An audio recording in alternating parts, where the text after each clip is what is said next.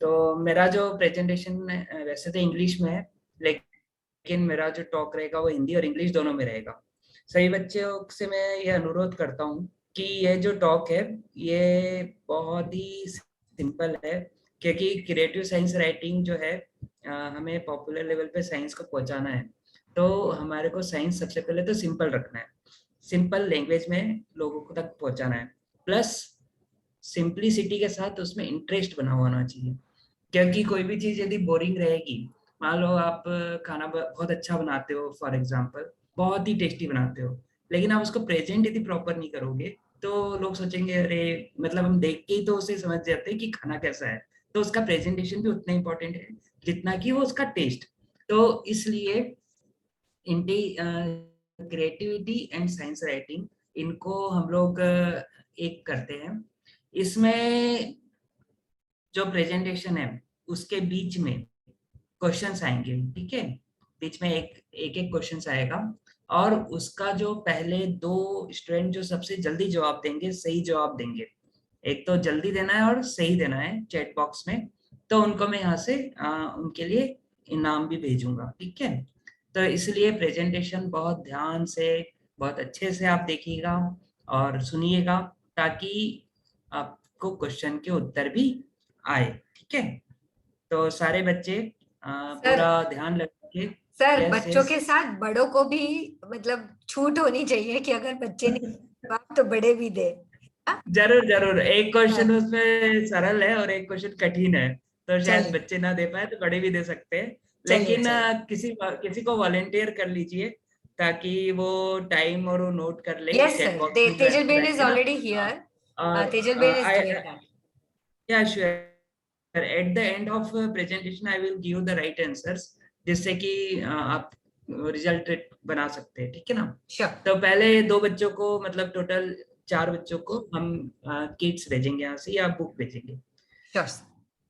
सबसे पहले तो साइंस राइटिंग जो है वो एक आर्ट है, कि हम ऐसा आर्ट है कि हम हमारा जो ह्यूमन क्रिएटिव माइंड है उसको एक्सप्रेस करते हैं। जो भी हमारी राइटिंग स्टाइल है उससे हम उसको एक्सप्रेस करते हैं। तो ये एक कला है जिसके द्वारा आप साइंस को लोगों तक, जन जन तक एक सरल भाषा में पहुंचा सकते हो, और सरलता के साथ आप उसको प्रेजेंट कर सकते हो। साइंस राइटिंग दो फॉर्म में की जाती है, एक तो आप अबाउट साइंस लिखोगे, और एक इन कंटेक्स्ट ऑफ साइंस लिखोगे। तो ये दो प्रकार से साइंस राइटिंग होती है, साइंस के बारे में करेंगे या साइंस में करेंगे, तो इस प्रकार से हम ये करते हैं। अब साइंटिफिक राइटिंग जो है, इन कंटेक्स्ट ऑफ साइंस से होता है, वो साइंटिफिक राइटिंग हो गया। यदि आप साइंस में कोई आर्टिकल लिख रहे हो, तो हार्डकोर साइंस यदि है, तो वो हार्डकोर साइंस का यदि कोई रिपोर्ट बना रहे हो या फिर किसी बीमारी के बारे में लिख रहे हो, तो that is science, scientific writing. Popular science writing जो है ये अबाउट द साइंस है, मतलब साइंस से जनता के बीच में या जन जन के बीच में क्या इफेक्ट होगा, क्या उसका आउटकम होगा, क्या रिजल्ट होगा, उसको बोलते हैं popular science writing. Science writing जो है उसमें टेक्निकल राइटिंग भी आता है, writing in the context of science which report factual information intended audience. तो टेक्निकल राइटिंग जो हम करते हैं वो एक पर्टिकुलर ऑडियंस लेवल के लिए करते हैं। जैसे कोई एक साइंटिफिक ग्रुप के लिए लिखना है, मान लो कोई मेडिकल राइटिंग हम कर रहे हैं, जो मेडिकल राइटिंग हम डॉक्टर्स के लिए कर रहे हैं या हेल्थ केयर वर्कर्स के लिए कर रहे हैं, तो वो टेक्निकल राइटिंग में आ गया, तो उसे हम टेक्निकली करेंगे। पॉपुलर साइंस राइटिंग जो हमारा विषय है, ये राइटिंग अबाउट साइंस। तो जो भी जर्नलिस्ट है या पब्लिक इंफॉर्मेशन ऑफिसर्स है, वो साइंस को इस प्रकार से प्रेजेंट करते हैं, लिखते हैं इस प्रकार से कि वो लोगों तक पहुंचे और लोगों को समझ में आए। फिर क्रिएटिव राइटिंग जो है, इसको हम दो भाग में डिवाइड कर सकते हैं। एक तो है फिक्शन। फिक्शन मतलब जो ऑथर्स के इमेजिनेशन पे डिपेंड करता है। मतलब फॉर एग्जांपल यदि मैं इमेजिन करके कोई ऐसे लिखूं, कोई पोएट्री लिखूं, शायरी लिखूं, तो वो हो गया फिक्शन, क्योंकि मैं अपना क्रिएटिव माइंड को इमेजिनेशन कर रहा हूँ। नॉन फिक्शन में वो आता है जो रियल इवेंट्स या पर्सन्स के बारे में बात की जा रही हो।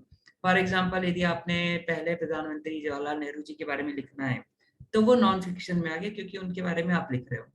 फिक्शन मतलब आप यदि कोई झरना या कोई नदी जिसको आप इमेजिन करके लिख रहे हो, तो वो फिक्शन में आएगा। कुछ भी इमेजिनेशनरी चीजों को फिक्शन में डालते हैं। तो ये दो टाइप्स है जिसमें हम डिवाइड करते हैं। फिर साइंस राइटिंग जो होता है, यदि हम साइंस राइटिंग जो करते हैं वो properly scientist, researcher, scientific community के लिए करते हैं। बिजनेस राइटिंग एक होता है जिसे डिसीजन मेकर, पॉलिसी मेकर्स या फंड सोर्सेस के लिए किया जाता है। जर्नलिस्टिक राइटिंग जो होता है ये जनरल पब्लिक के लिए होता है, और क्रिएटिव राइटिंग भी जनरल पब्लिक के लिए होता है। साइंस राइटिंग का पर्पस जो होता है वो होता है इंफॉर्मेशन देना, टू इन्फॉर्म। बिजनेस राइटिंग का to inform and to persuade also. Journalistic writing का या तो क्रिटिक करना इंस्टीट्यूशंस का या इन्फॉर्म करना। और क्रिएटिव राइटिंग का मतलब है इंटरटेन करना। जैसे हम कुछ भी क्रिएटिव करते हैं, मान लो हम कोई बहुत अच्छा चित्र बनाते हैं या कुछ भी हम क्रिएटिव करते हैं, पोएट्री लिखते हैं, तो उसका एक जो इनबिल्ट एलिमेंट है वो इंटरटेनमेंट है। पढ़ने वाले को मजा आना चाहिए। जब पढ़ने वाले को या उसे देखने, यदि आपने कोई चित्र बनाया है उसको देखने वाले को अच्छा लगेगा, फील गुड आएगा, अच्छा लगेगा, तो वो हमारा पर्पस सॉल्व होगा। फिर साइंस राइटिंग का जो स्टाइल है, कॉन्साइज होता है, साइटेशन स्टाइल होता है। जो सिंपल टेक्निकल साइंस राइटिंग होता है उसका स्टाइल इस प्रकार से रहता है कि उसमें हम रेफरेंसेस डालते हैं। बिजनेस राइटिंग कॉन्साइज, सिंपल होगा, परसुएसिव होगा। जर्नलिस्टिक राइटिंग भी कॉन्साइज होगा। और क्रिएटिव राइटिंग लेंथी हो सकता है, डिस्क्रिप्टिव हो सकता है, और एम्फेसिस हो सकता है नैरेटिव क्राफ्ट में। कोई चीज को हम बताना चाहते हैं तो उसके ऊपर एम्फेसिस कर सकते हैं। पहला क्वेश्चन ये है कि साइंस राइटिंग कितने फॉर्म्स में हम कर सकते हैं। ये मैंने प्रेजेंटेशन में भी आपको बता चुका हूँ। तो जिनको भी आंसर आता है वो चैट बॉक्स में इसको पुट फटाफट। ऑन कर ओके सकते बेटा, हैं। फटाफट। ठीक है, नहीं ऐसे बोल के नहीं नहीं बेटा, बताना है, बोल बोल के के नहीं नहीं बताना है, बताना है, लिख के बताना है। बताना है बेटा। अच्छे से नाम के साथ, मतलब मतलब ऐसे नहीं करना है बेटा। कौन से दो, कोई भी उत्तरों इफ को इट बोल इज। के आप नहीं बताएंगे, उसको चैट बॉक्स में डालेंगे, ठीक है। नाउ क्रिएटिव थिंकिंग जो है वो एक इंडिविजुअल का प्रोसेस है, क्योंकि हमारा माइंड बहुत कॉम्प्लेक्स है। और कोई भी क्रिएटिव थिंकिंग जो है उसके 3 फेजेस होते हैं to think creatively on how this activity happens in the mind of a person. किसी पर्सन के माइंड में कैसे क्रिएटिव एक्टिविटी चल रही है। देन द फिगर जो नीचे दिखाया गया है कि क्रिएटिव एक्टिविटी के लिए हम क्या करेंगे, प्रिपरेशन है, इमेजिनेशन है। तो प्रिपरेशन और इमेजिनेशन के बीच में हम एनालाइज करते हैं। फिर एनालिसिस कहाँ से आ गया, ऑब्जर्वेशन से आता है। ऑब्जर्वेशन कहाँ से आता है कि साथ में हम रहते हैं तो उससे हम ऑब्जर्व करते हैं। देन एनालिसिस के बाद पब्लिकेशन होता है। पब्लिकेशन इम्प्रूव होता है, इनरीच होता है, इवेल्युएट होता है, इम्प्लीमेंट होता है। फिर लिविंग टुगेदर के कारण ऑब्जर्व होता है, फिर एनालिसिस होता है। तो इस प्रकार से ये प्रिपरेशन एंड इमेजिनेशन का सर्कल चलते रहता है। साइंस जो वर्ड है ये साइंशिया वर्ड से आया है। साइंशिया जो वर्ड है उसका मतलब है knowledge based on demonstrable and reproducible data. ऐसा डाटा जो हम डिमॉन्स्ट्रेट कर सकते हैं और जिसे रिप्रोड्यूस किया जा सकता है। जैसे साइंस में कोई भी एक्सपेरिमेंट होंगे तो उसको इस टाइप से हमें करना है कि वो उसके रिजल्ट्स हमें फिर से मिलते रहे। पॉपुलर साइंस आर्टिकल्स जो हम लिखते हैं वो सरल लैंग्वेज में होना चाहिए और उसमें टेक्निकल jargon नहीं होना चाहिए। कभी भी technical words popular science writing में हम नहीं करना चाहिए। बहुत ज्यादा टेक्निकल वर्ड आप करोगे तो वो एक जनरल पब्लिक को नहीं समझ में आएगा। यदि हमको टेक्निकल एक्सप्रेशंस मान लो डालना ही है, मतलब उसके अलावा कोई ऑप्शन नहीं है, तो उसे हम एक्सप्लेन करते हुए अपनी राइटिंग में डाल सकते हैं। फिर दूसरा कंसर्न है सेंटेंस का लेंथ। सेंटेंस सबको पता है, जैसे कि सेंटेंस में सब्जेक्ट रहता है, ऑब्जेक्ट रहता है, बीच में वर्ब होता है, जो सिंपल सेंटेंस फ्रेमिंग होता है। तो राइटिंग गुरुज ये आर्ग्यू करते हैं कि लंबे सेंटेंस जो रहते हैं वो समझने के लिए कठिन होते हैं, इसलिए कभी भी शॉर्ट सेंटेंस लिखना चाहिए, 20 वर्ड्स या उससे कम के। जितना आप शॉर्ट सेंटेंस में अपनी बात रखोगे उतना वो अच्छे से समझ में आएगी।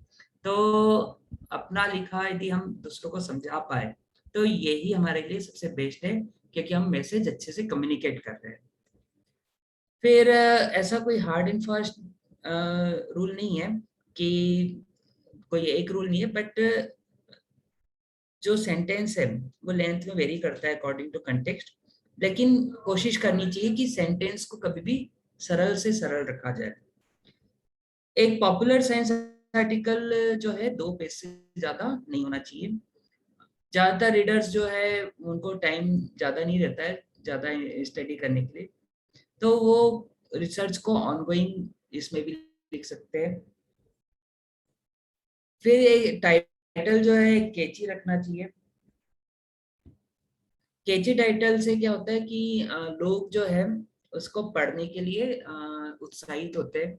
आपने टाइटल उसका ऐसे देना, जैसे मैंने अपनी बुक जो प्रकाशित की उसका नाम विज्ञान यात्रा रखा, तो वो विज्ञान यात्रा एक अलग टाइप का टाइटल हो गया, जिससे कि लोगों का ध्यान उसके ऊपर जाए कि हाँ ये कुछ अलग चीज है।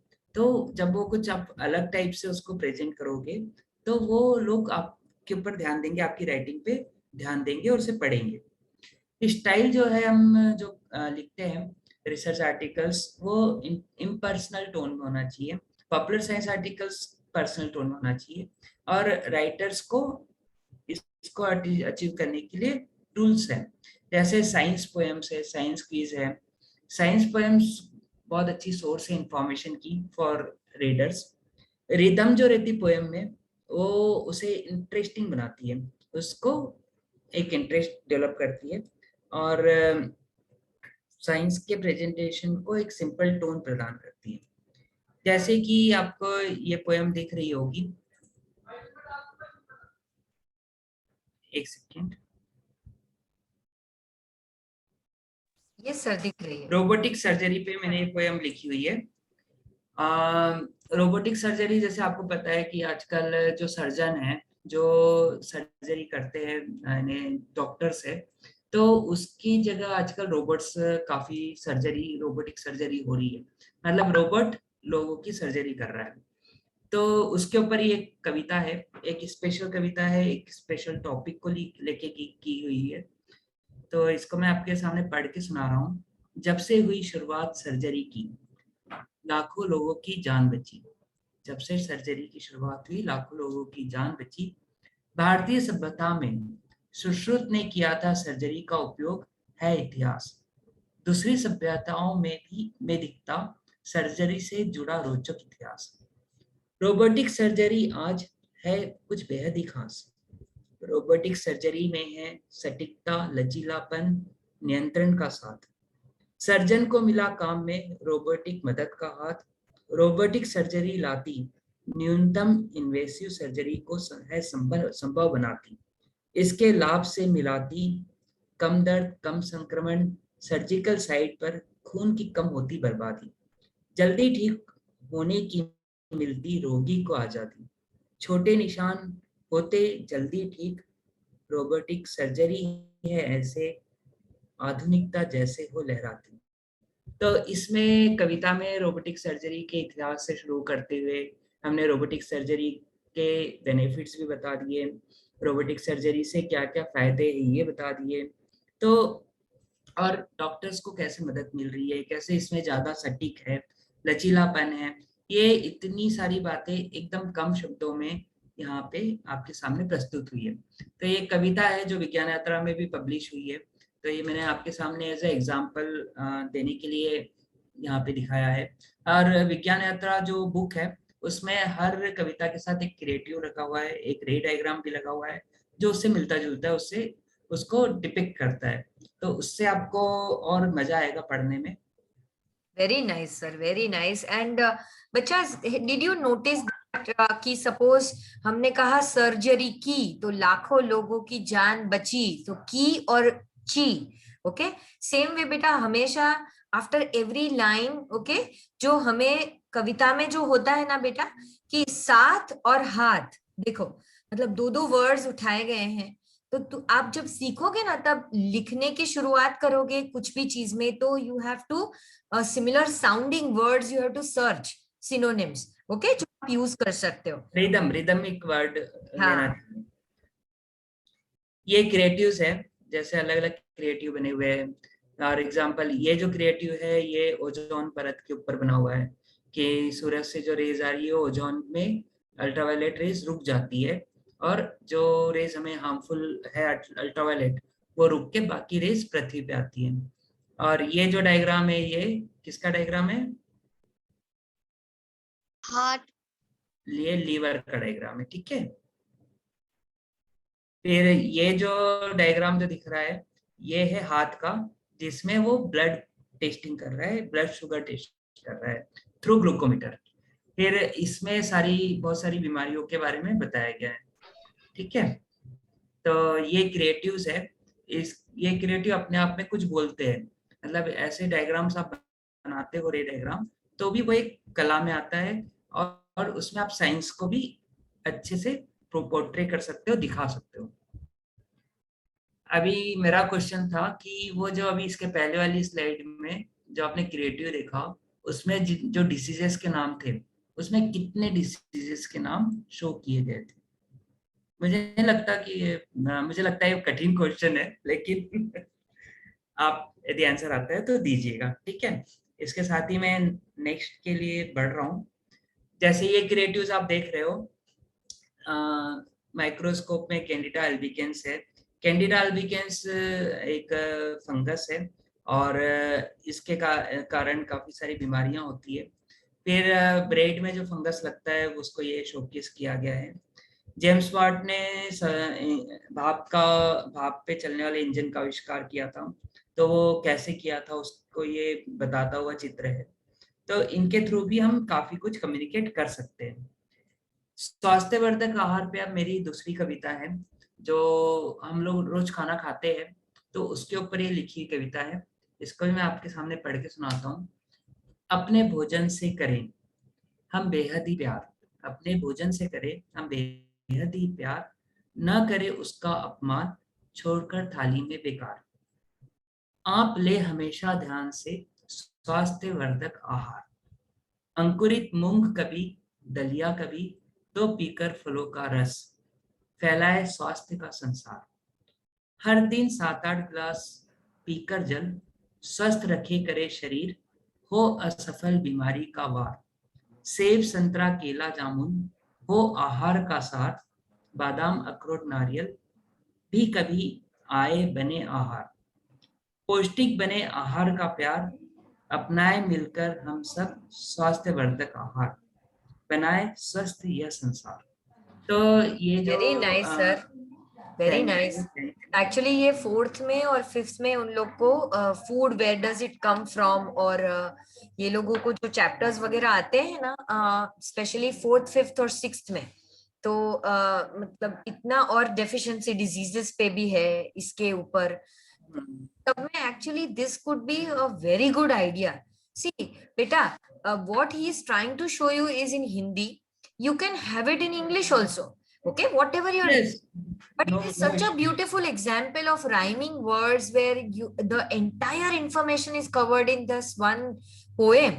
Okay, मतलब एक ही poem में हमें कहाँ से कौन से न्यूट्रिएंट मिलते हैं वो भी आ गया, क्या इनफ है, वाटर भी इनफ है ना, तो नट्स भी हैं because of protein. So basically हम अपनी तरह से बेटा जब करने की कोशिश करें तो बहुत ही मतलब it's very nice way of learning actually.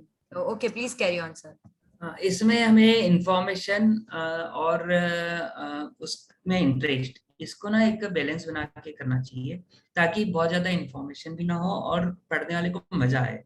तो मैंने इस कविता को लिखने के पहले थोड़ा बैकग्राउंड वर्क किया, फूड के बारे में पढ़ा, फिर कौन कौन सी चीज लेनी है और कौन सी छोड़नी है, ये आपको काफी ये सोचना पड़ता है। क्योंकि जो चीजें एकदम कैची है और बहुत कम शब्दों में आप बता सकते हो, उसको आप इंक्लूड करते हुए यदि कविता का सृजन करोगे, तो वो बहुत अच्छे से आपकी कविता आएगी और पढ़ने वाले को भी बहुत मजा आएगा। थैंक यू मैडम आपके उत्साहवर्धक शब्दों के लिए। फिर ये कविता है पक्षाघात। आपका आजकल देखते हो कि हृदयाघात होता है, मतलब हार्ट अटैक आता है, या फिर ब्रेन अटैक भी आता है जिसके कारण लकवा मारता है। तो उसके ऊपर एक कविता है, बहुत सोच के लिखी हुई है। इसके बारे में मैं पढ़ के बताता हूँ आपको। जब होता दिल को, जब होता दिल को रक्त आपूर्ति का अभाव, होता हृदय घात का भाव। जब होता दिल को रक्त आपूर्ति का अभाव, होता हृदयाघात का भाव। जब होता ब्रेन को रक्त आपूर्ति का अभाव, आता लकवे का भाव। पक्षाघात है शब्द इसका पुराव, आपदा में पूर्व तैयारी हम करते आपदा प्रबंधन हम। आपदा में पूर्व तैयारी हम करते आपदा प्रबंधन हम। रखो जानकारी सब जन, कैसे हो लकवे के आघात में अपना अपनों का बचाव। कैसे हो लकवे के आघात में अपना अपने अपनों का बचाव। शोधकर्ताओं ने किया शोध, नतीजे करे जिंदगी का चुनाव। आघात के 3 घंटे में, आघात के 3 घंटे में ले जाओ आपात चिकित्सा में।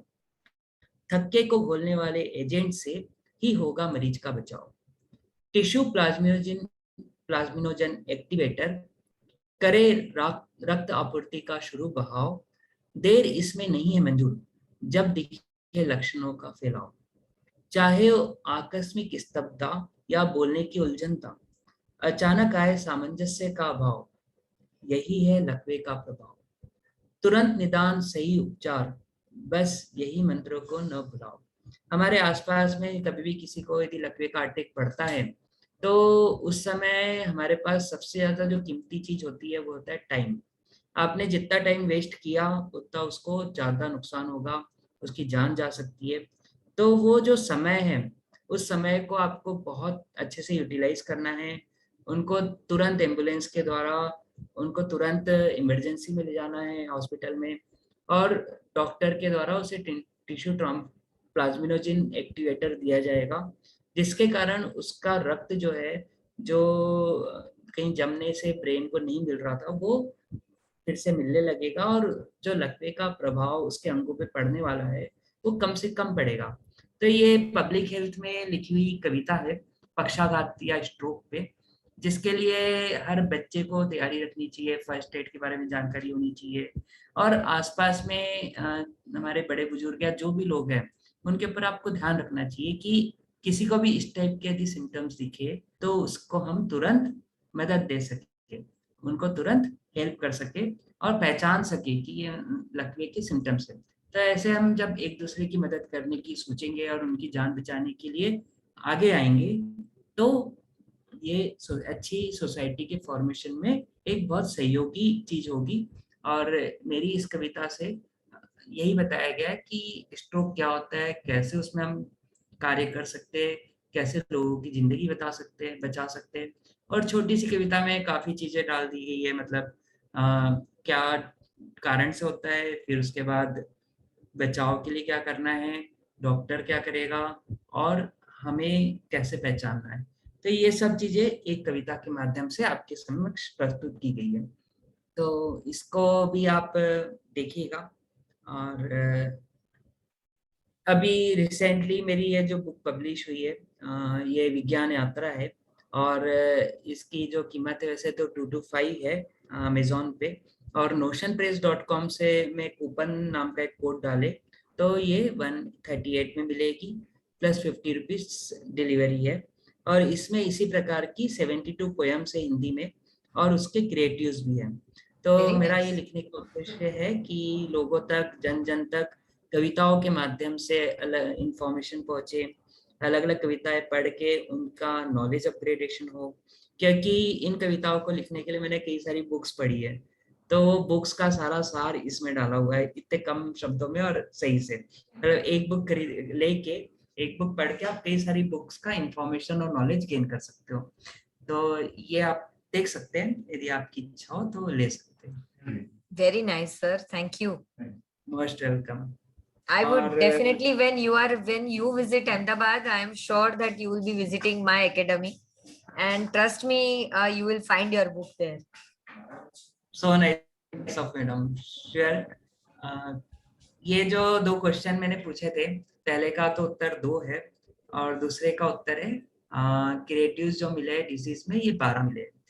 तो इसके साथ ही मेरा छोटा सा प्रेजेंटेशन था, ये मैं खत्म कर रहा हूँ। और मैं चाहता हूँ कि यदि कोई डिस्कशन हो और बच्चे यदि कुछ पूछना चाहे तो उसका मैं जवाब देना चाहता हूँ।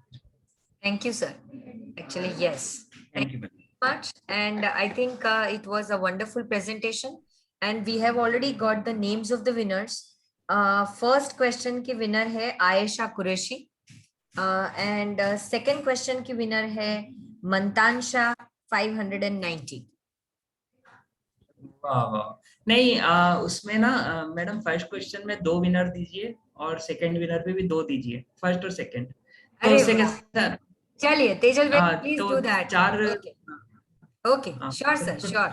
वो सही That would be रहेगा ना, wonderful. That would क्योंकि be wonderful. बच्चे Because या, Ayesha, I think, answered the second question also first.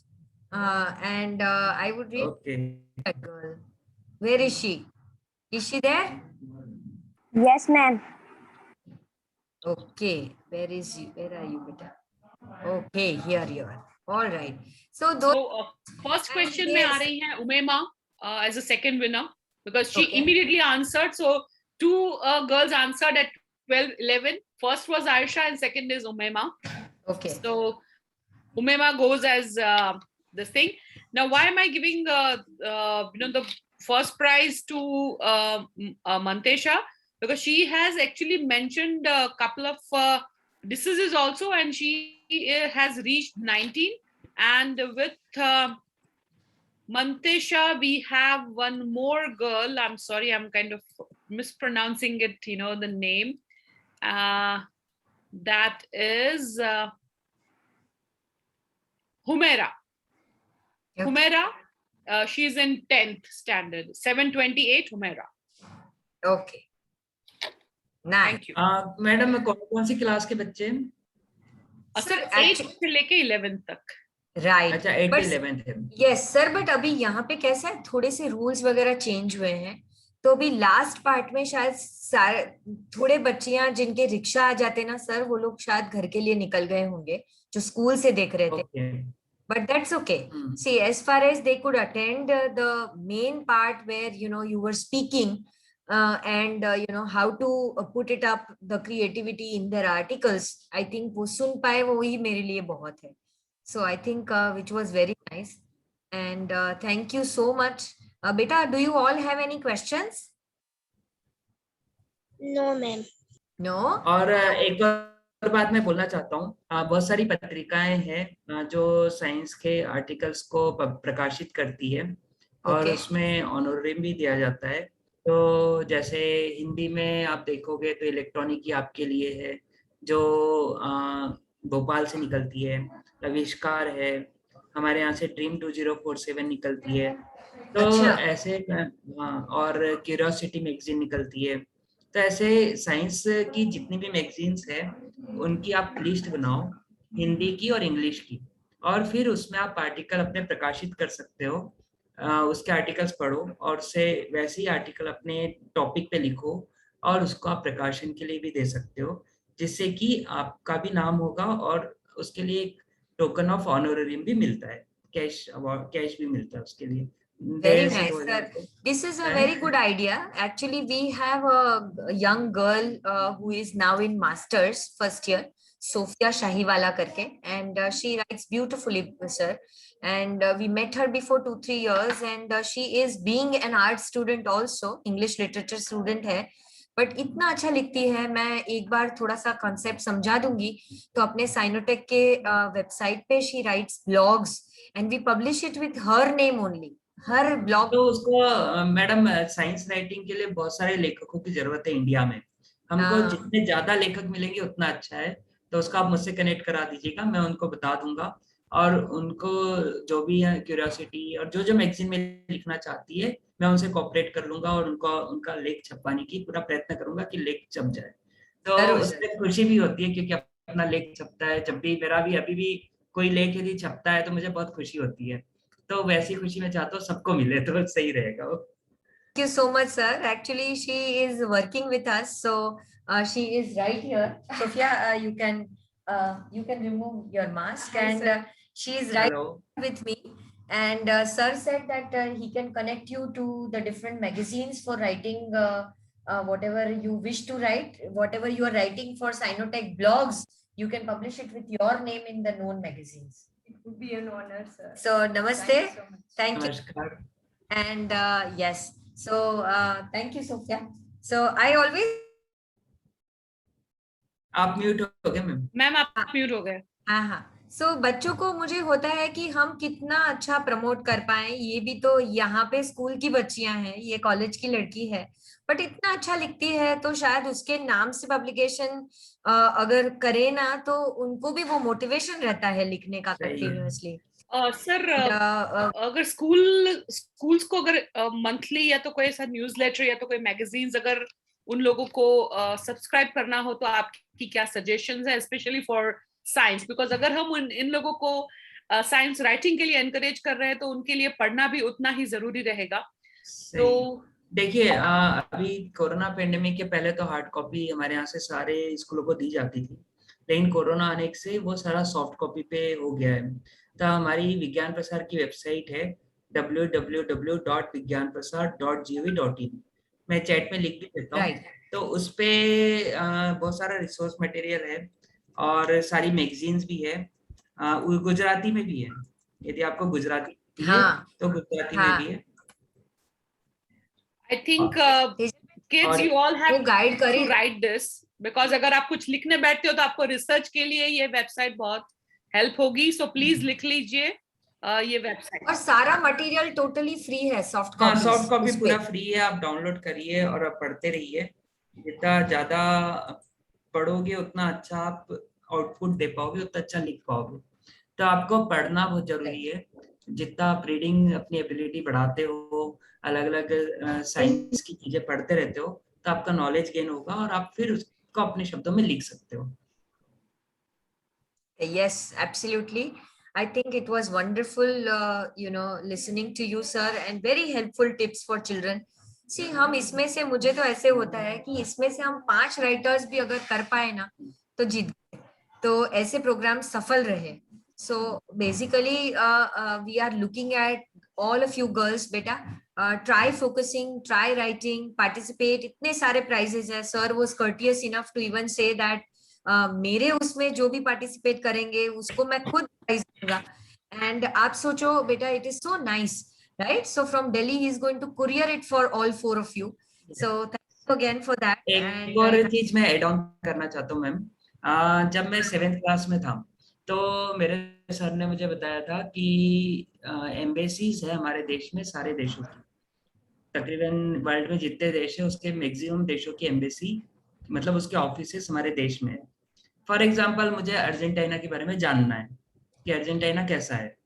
तो सारे बच्चों से मैं बोल रहा हूँ, आप एक पोस्ट कार्ड लो 50 पैसे का, उस पे लिखो अर्जेंटीना एम्बेसी को कि मुझे अर्जेंटीना बहुत पसंद है, मुझे उसके बारे में जानना है, और अपना पता भेज दो. तो they will send you a good photographed book to know with information, उस कंट्री के बारे में सारी इंफॉर्मेशन के साथ, फोटोज के साथ, टूरिज्म डिटेल के साथ वो एक पूरी बुकलेट आएगी और आपको बहुत अच्छा लगेगा उसे पढ़ के. तो ऐसे आप जिस कंट्री के भी एम्बेसी के एड्रेसेस गूगल पे सारे अवेलेबल है, आप उसको लिखो. 50 पैसे का पोस्ट कार्ड लगेगा, लेकिन आपको जो उसके रिटर्न में बुकलेट आएगी, आपको इतना मजा आएगा उसको पढ़ के और उसको देख के. सच में बहुत आनंद वाला इशू रहता है. सर आप एक बार वापस बताएंगे सर, एक बार वापस कि अर्जेंटीना फिर क्या करना? मुझे अच्छा लगता है, तो क्या करना है? एम्बेसी के जो ऑफिसेस है दिल्ली में, बहुत सारे एम्बेसी के ऑफिसेस है. जितने भी देश है, कंट्रीज है, जैसे यूक्रेन हो गया, सऊदी अरेबिया हो गया, जापान हो गया, इन सब के ऑफिसेस दिल्ली में लोकेटेड है. बच्चों से मैं बोल रहा हूँ कि 50 पैसे का पोस्ट कार्ड लो, उसका एड्रेस निकालो गूगल से, वो एड्रेस उस पर लिखो और उसमें ये उनको लेटर लिखो एम्बेसी को कि आपकी कंट्री मुझे पसंद है, मुझे आपकी कंट्री के बारे में जानना है. तो कोई यदि आपके पास इससे रिलेटेड मटेरियल है तो भेजे. तो वो फ्री ऑफ कॉस्ट आपको बुकलेट भेजेंगे उनके देश के बारे में, और वो बुकलेट में सारे फोटोग्राफ्स रहेंगे, सब कुछ रहेगा, और हार्ड कॉपी आपके घर आएगी, और आप उसको जब पढ़ोगे तो आपको बहुत आनंद आएगा, आपको उस कंट्री के बारे में इंफॉर्मेशन मिलेगी. तो ऐसे करके आप इंफॉर्मेशन गैदर कर सकते हो, अलग अलग कंट्री को जान सकते हो, क्योंकि जरूरी नहीं है हर बार हम गूगल जाए सॉफ्ट कॉपी पढ़े। तो वो हार्ड कॉपी में बहुत अच्छी बुकलेट्स आती है और with photographs and all the things, और उसे आप फिर लेके पढ़ सकते हो, उस कंट्री के बारे में जान सकते हो। तो इससे आपका नॉलेज भी बढ़ेगा और आपको मजा भी आएगा। मैं तो हार्ड कॉपी टच नहीं करूँ ना तब तक मुझे अच्छा ही नहीं लगता। हाँ मैडम, मुझे भी वो बुक तो पढ़ने में जो आनंद है वो अलग ही है। हाँ सही है। तो thank you again, sir. Namaste, and thank you very much from the Sinotech Education Foundation, and also on behalf of Guj Coast, I thank you. And Guj Coast was kind enough to, have our program sponsored. So thank you very much, sir, for your kind presence. Thank you again. Thank you for invitation. One minute, beta. 1 minute, beta. 1 minute. Do you have a question for sir, beta? No, from you. All right. So 1 minute, beta. Let's just thank sir, and then we immediately finish. All right. So thank you very much, sir. And Okay. I will just wind it up with the last part of my presentation, dear children, whatever we saw. And I think let me just stop